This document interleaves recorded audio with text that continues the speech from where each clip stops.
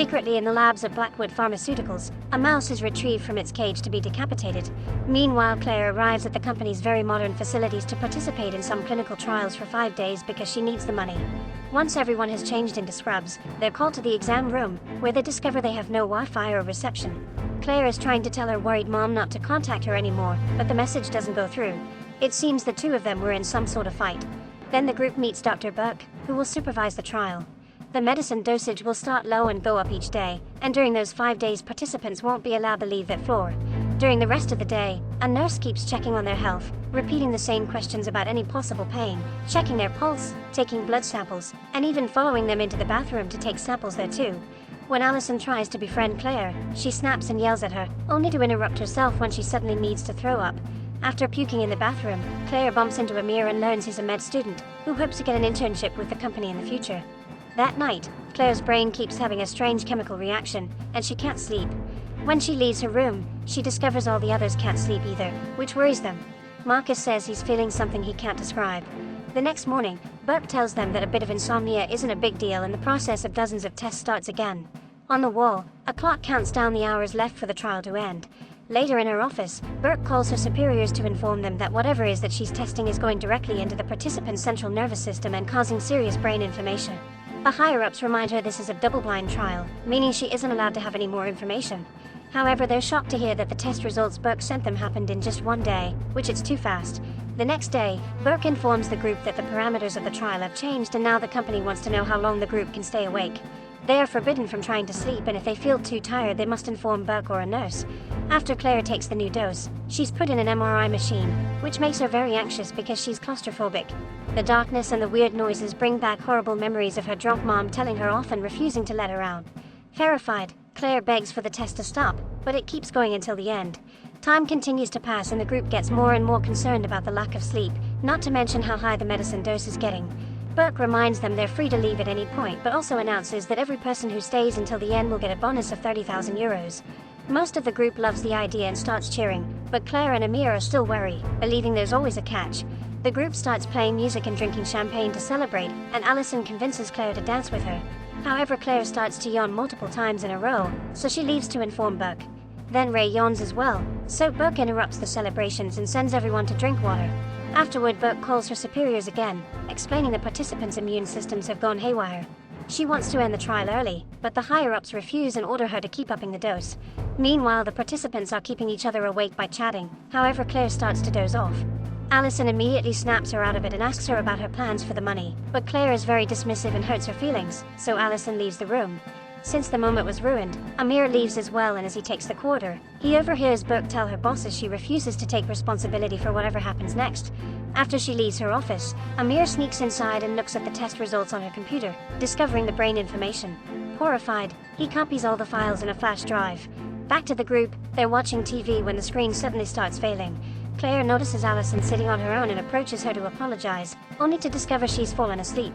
At that moment, Allison starts bleeding from her eyes, nose, and ears, then she has a seizure. Her body falls to the floor and her eyes become bloodshot as she pukes, and after lots of shaking, she dies. When Burke sees this, the facility's computer announces that there's been a security breach and from now on they'll be under lockdown protocol. An alarm starts ringing through every room and the lights turn red as the computer starts the countdown, so Burke and the participants immediately run away. The door is already closing, but Burke tries to cross anyway, causing her to get stuck and severely hurt by the heavy metal. The group drags her out, but it's too late. Burke apologizes and dies while the door closes, leaving the participants stuck inside. The clock on the wall resets and now counts 24 hours before the lockdown ends. Amir comes out of Burke's office and tells everyone to stay awake because if they fall asleep, they'll die. He explains he saw the tests and that for the last 4 days, their brains have been pushed into overdrive, so now they're shutting down. Everyone panics and Ray even gets a bit aggressive while the others try to push the door to no avail. In the rec room, the television plays a message from the company asking them to be patient. Next they look around and find a bunch of smelling salts, so each of them gets 5 packets that should last all night. Amir warns them to use them at the last second, but Ray immediately uses one anyway.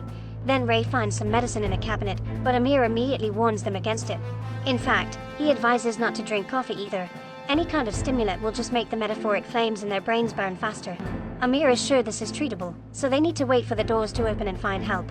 For the next few hours, the group tries their best to stay awake. By now they've been awake for 100 hours. Amir thinks that the brain inflammation will go down now that they don't take the medicine anymore, but when he scans Claire's brain for a checkup, the results terrify him. However, he doesn't tell the others. As Claire walks down the corridor, she feels incredibly dizzy and begins hearing her mother's voice. She decides to record a message for her mother, who is under palliative care in the hospital because her liver was ruined by all the drinking. However, Claire ends up deleting the video. Afterward, she finds the mice in the lab and decides to free them, but they refuse to go away. With 16 hours to go, the group starts having trouble staying awake. Ray slaps his cheek to get rid of the drowsiness because he's already used all his salts, and soon he starts bothering the others, asking them to share theirs, but nobody wants to help him. Meanwhile, Amir continues to run tests in the exam room with the two bodies, and suddenly Burke sits up behind him. However, when Amir turns around, she's still down and dead, which means he's starting to experience hallucinations. In the rec room, Claire stares at the wall while she continues to hear her mother's voice. Darkness takes over her vision as she remembers her creepy childhood room, but before she gives in, Marcus snaps her out of it. Claire can't understand how Marcus is doing so well, so he shows her a scar on his leg that he got during a serious hiking accident, saying the body will always push through when it needs to survive. Afterward, Claire goes to Buck's office and looks at the brain scans before checking her patient file. She discovers notes that talk about the destructive behavior and despair in her life, which made her a perfect candidate for high-risk trials. Later, Claire finds Vanessa using fire to stay awake, saying she refuses to give up. In the bathroom, Marcus is whistling and hears someone whistle back, although he's supposed to be alone. Then he turns on the tap, only to discover the water doesn't make noise when it falls. It isn't until he turns it off that he finally hears the delayed noise. When he knocks on the mirror, the same happens. The sound arrives a few seconds later. Scared, Marcus leaves the bathroom and hears the whistling in the corridors.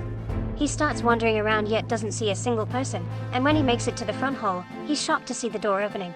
Marcus goes through the door and into a deep darkness, and a moment later the others find him dead on the floor because the hallucination made him fall asleep. There are still 15 hours to go, so everyone worries.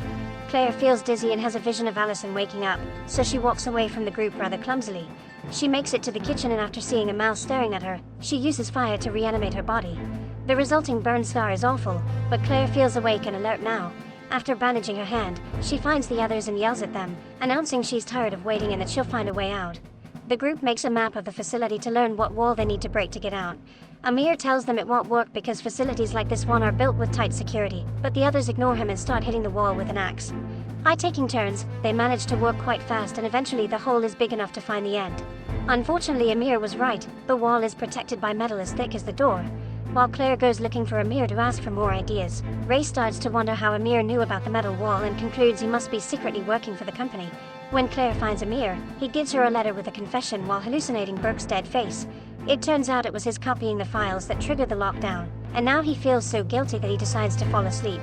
Claire immediately stops him and keeps throwing fire metaphors to understand what they can do with their brains. This gives Amir an idea. Using certain medicines as poison, he can create an effect that usually would cause brain death, but with these side effects they're having, it should stop their death instead. Ignoring the hallucinations, Amir immediately starts to work on the mix. Claire rushes to tell the others and bumps into Paul, who tells her not to trust Amir. He reveals he searched Amir's things and found the bottle of stimulants he told them not to take, which is now empty. At that moment the power goes out, so they use their phone flashlights to move around. Claire starts hearing her mom's and Allison's voices and starts having a breakdown before turning around to find a dead Allison standing in front of her. Screaming, Claire drops her phone and the light goes off, so she tries using a lighter instead, causing her to see more dead faces in the dark. When she finally gets a flame going, the hallucinations stop and she finally finds the electricity box, allowing her to bring power back. Then she finds Paul on the ground and wakes him up before he could die. Afterward, the group confronts Amir, asking him about the stimulants in the power box. He swears he poured them out for safety and that he didn't mess with the power, but Ray punches him for it and ties him up with Paul's help. Vanessa, Ray, and Paul are sure he's hiding something and ignore Claire's concerns as they decide they have to make Amir confess through any means. Ray gets ready to hurt Amir with a knife to make him talk, so Claire stops him by confessing Amir has been working on a cure. When Ray says that Amir's plan is to kill them, Claire volunteers to be the first subject to test it. That way they'll know if it's safe or not. The group still refuses to release Amir though, so he gives them instructions on how to mix the medicine. While Paul works, Vanessa talks to Ray in private, confessing she saw him trip the fuse. Ray admits he was trying to make Amir fall asleep to prove he was faking it, so Vanessa shares one more secret. She's found a sedative they can use. At that moment, Paul finishes mixing the cure and gets the injection ready. While everyone is distracted, Vanessa approaches Amir to give him the sedative. However, she suddenly falls to the floor. In an out-of-body experience, Vanessa watches the others rush to her body, but soon smoke and darkness surround her. She sees the devil appear before her and screams as her real body starts bleeding and having a seizure. Paul rushes to grab the cure, but Vanessa's shaking knocks the needle away and breaks it, then she pukes and finally dies. To make matters worse, Paul's fast movement knocks the jar with the rest of the cure off the table, causing it to break as well. Amir starts laughing like a maniac, causing Claire to snap and threaten him with a knife.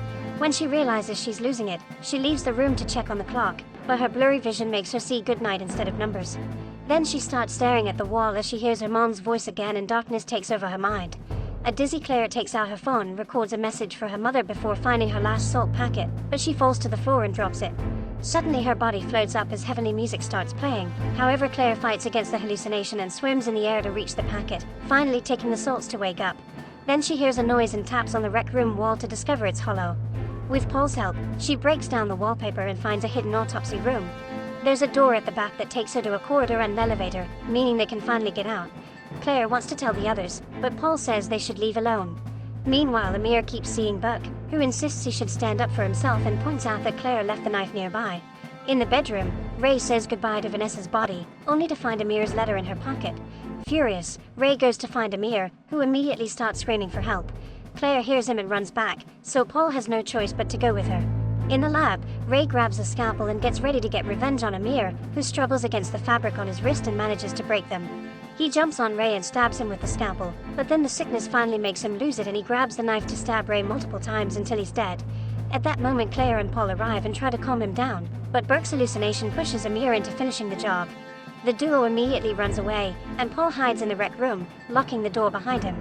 Now Claire has to keep running into the MRI room, where Amir catches up and throws her around, accidentally turning on the machine.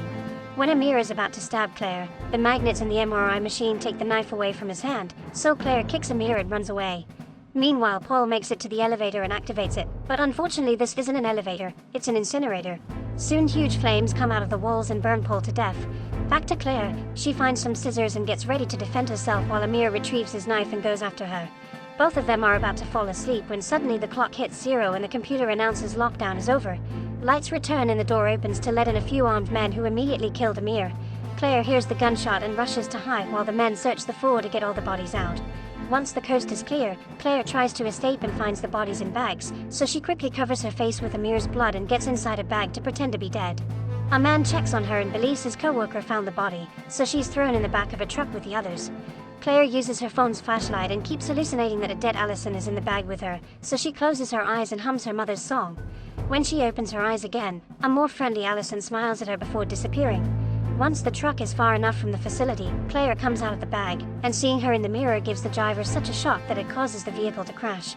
Claire sees both men are down and immediately leaves the truck, only managing a few steps before falling unconscious. 4 months later, Claire is still in a coma in the hospital. A newscast announces that Blackwood Pharmaceuticals was cleared of any crimes and the incident was blamed on Burke. At that moment, Claire opens her eyes,